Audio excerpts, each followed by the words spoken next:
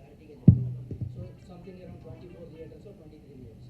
In case వాళ్ళు అదే పట్టుదల మీద ఉంటే మీ తాలూకా స్పందన అంటే ఇప్పుడు ఆ 23 థియేటర్స్లో సినిమా అయినంటే ఫస్ట్ ఎఫెక్ట్ అయ్యేది పెద్ది. సో అప్పుడు పెద్ద ఎఫెక్ట్ అయితే ఏంటంటే అప్పుడు చిరంజీవి గారి దగ్గరికి వెళ్ళి చరణ్ గారి దగ్గరికి వెళ్ళి సార్ ఇది సార్ సిచ్యువేషను ఇట్లా లాస్ట్ మినిట్లో చెప్పారు, ఆల్రెడీ ప్రొడ్యూసర్ అయిన ఆయన పెద్ద మీద ఒక అమౌంట్ ఆఫ్ ఎక్స్పెండిచర్ అయిపోయింది, సో ఇప్పుడు ఈ హిట్ తీసుకునే పొజిషన్లో ప్రొడ్యూసర్ లేరు కాబట్టి ఏం చేద్దామండి అని చిరంజీవి గారిని అడగడం ఇంకా నెక్స్ట్.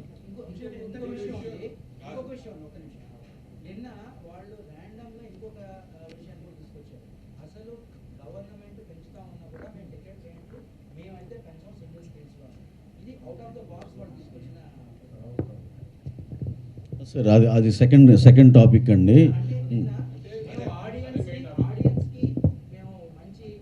సార్ ఆడియన్స్కి నిజంగా మీరు థియేటర్కి తీసుకురావాలి అనుకుంటే ఒక 50 రూపాయలు 100 రూపాయలు మేము తెచ్చే థియేటర్ రెంట్ కంటే మీరు అమ్మే 500 రూపాయలు పాప్కార్న్ కాలు ఎక్కువ భయపడుతున్నారు. ఆ ఎఫ్ఎఫ్బిని తగ్గించండి ఫస్ట్.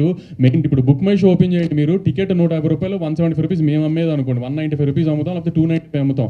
295 మీద గవర్నమెంట్ వేసుకోమని చెప్పింది 6 రూపాయలు బుక్ మై షోని. కానీ మీరు 2 టికెట్లు కొంటే 600 కట్టాల్సిన దగ్గర 800 750 850 కడుతున్నారు. దాంట్లో 50 రూపాయలు 60 రూపాయలు కన్వీనియన్స్ ఫీ అని పోతుంది. అవన్నీ ఏంటో అడగండి సార్. అవన్నీ తగ్గించండి, ఎఫ్ఎన్బి పాప్కార్న్ తగ్గించండి, మీ కూల్ డ్రింకులు తగ్గించండి, అన్నీ తగ్గించండి, ఆటోమేటిక్గా జనం థియేటర్కి వస్తారు. మేము పెట్టే 100 రూపాయలు 50 రూపాయల మూలనే థియేటర్ జనం రావడం ఆగిపోలేదు ఏమి. సార్ వంశీ గారు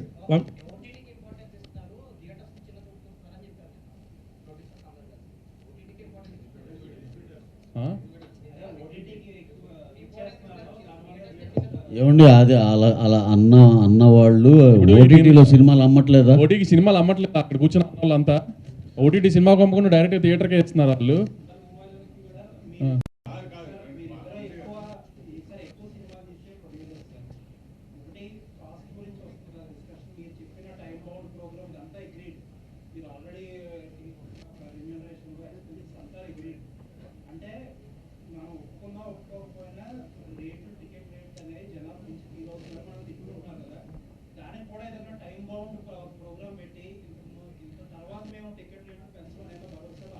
అదే అంటున్నాను. ఇప్పుడు నిన్న వాళ్ళు చెప్పింది ఆమె ప్రొడ్యూసర్కి, సినిమా తీసే ప్రొడ్యూసర్కి ఆ ఎక్స్పెండిచర్కి సంబంధం లేకుండా ర్యాండమ్గా మేము రేట్లు పెంచామని చెప్పారు. అది కాదు కదా. ఇప్పుడు నుంచి ఏంటంటే ఇట్లాంటివన్నీ వస్తున్నాయి, ఆడియన్స్ థియేటర్ టర్న్అవుట్ తగ్గింది, లేకపోతే ఓటీటీ ప్రైస్ తగ్గింది, ఇవన్నీ మాకు లాస్ట్ 6 months 1 year నుంచి జరుగుతున్నాయి.